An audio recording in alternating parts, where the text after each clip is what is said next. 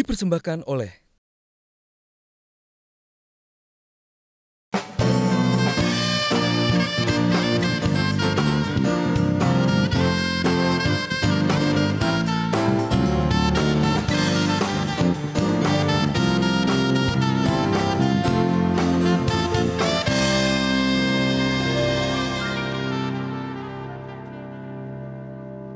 Masih di Indonesia, ide untuk Indonesia.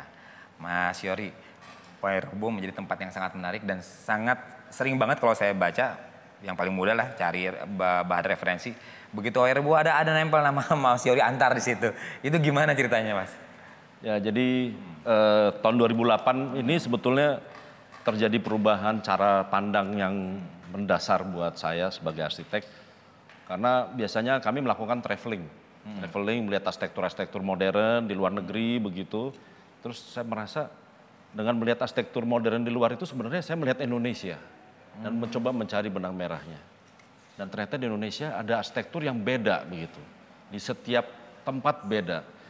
Dan ternyata Indonesia itu dengan kekayaan jumlah pulaunya dan etniknya, sukunya.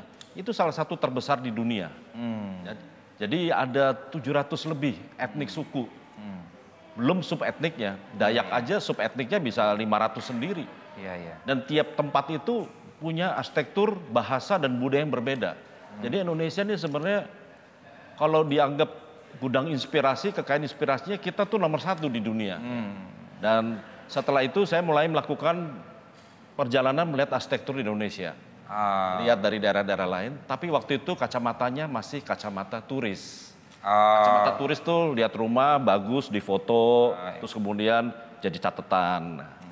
Tahun 2008 saya menemukan Wairebo yang tidak pernah dibahas oleh orang-orang, hanya dengan sebuah modal foto internet. Dan akhirnya kami cari sampai berhari-hari dan akhirnya melakukan perjalanan 8 jam. Di situ kami menjadi rombongan orang Indonesia pertama yang tiba di Wairebo. Dan yang menarik dari Wairebo itu adalah arsitekturnya nggak pernah dibicarakan sebelumnya. Bangunannya berbentuk seperti piramid begitu ya, kerucut begitu, dan jumlahnya ada 7. Waktu saya tiba di sana, yang tersisa tinggal 4 dan 2 rumah dalam kondisi rusak. Ya.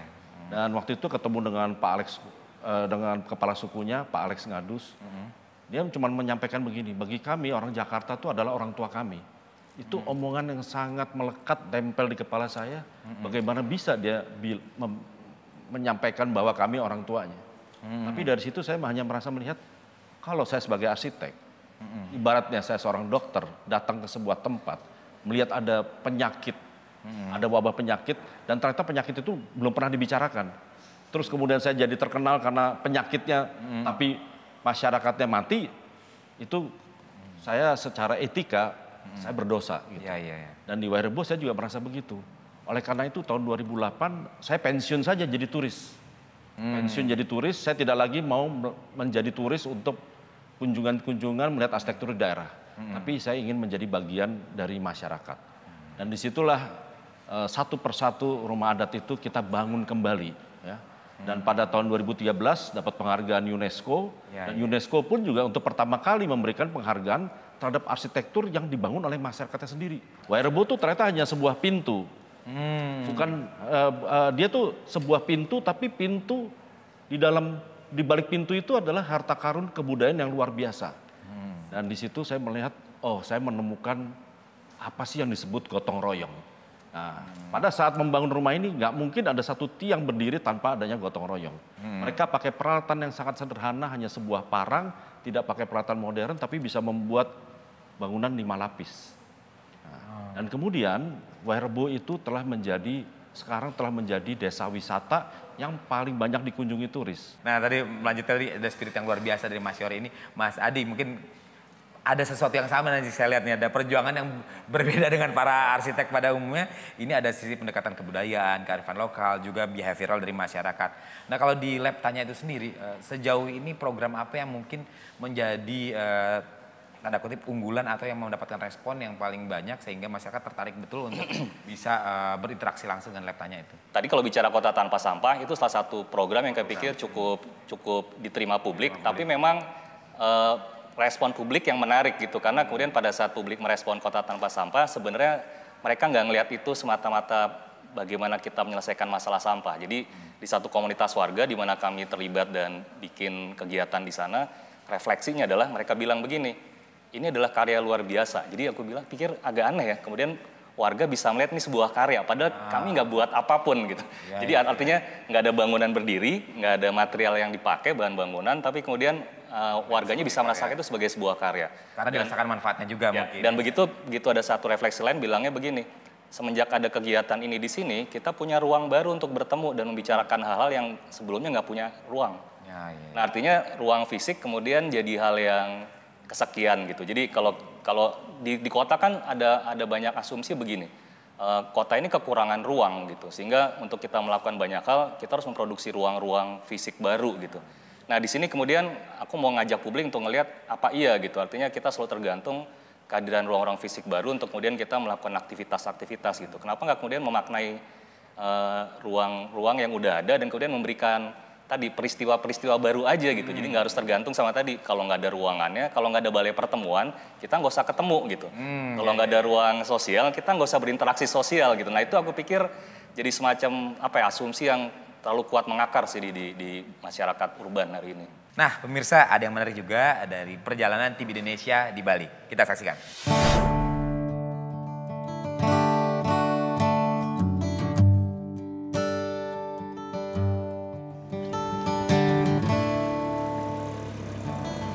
Saya lebih percaya pada akhirnya arsitektur itu adalah perkara nilai sebetulnya.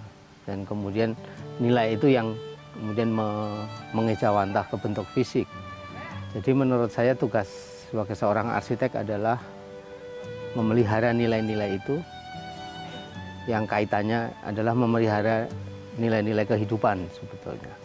Seukuran bambu gini kan, gini. Sangat kebaca. Kamu kebaca? Gemuk sedikit.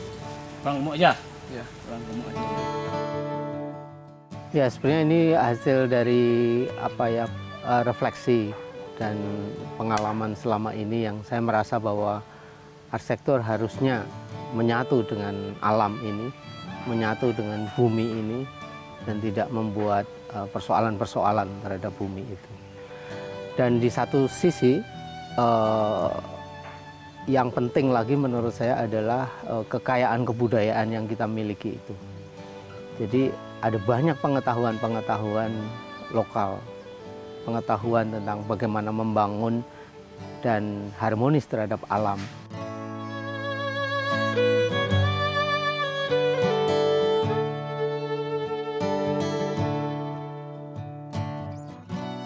Sebetulnya bambu sebagai material saat ini banyak dilihat oleh dunia, karena mereka melihatnya sebagai pengganti dari kayu. Gitu.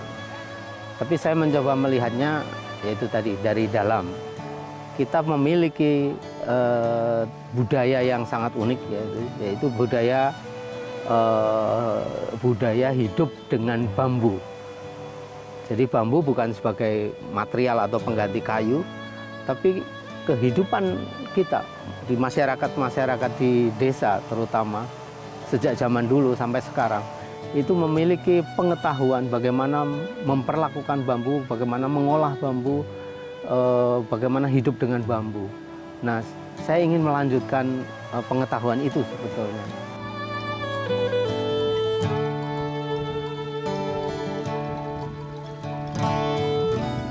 Pengetahuan lokal yang sangat penting itu adalah pengetahuan tentang material lokal dan pengetahuan tentang keterampilan-keterampilan lokal. Saya kira itu harus dipertahankan, bahkan harus dikembangkan. Nah, saya kira peran dari arsitek salah satunya adalah dengan kesadaran atas adanya keterampilan lokal ini, sehingga kita bisa mendesain dengan memberi kesempatan agar keterampilan dan pengetahuan lokal ini bisa terus-menerus dipraktekkan. Terima kasih banyak. Selamat jalan. Sampai ketemu ya, Pak Ila.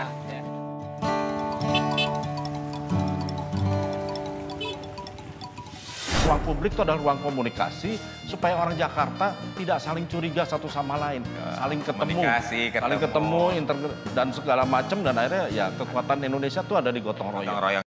Dipersembahkan oleh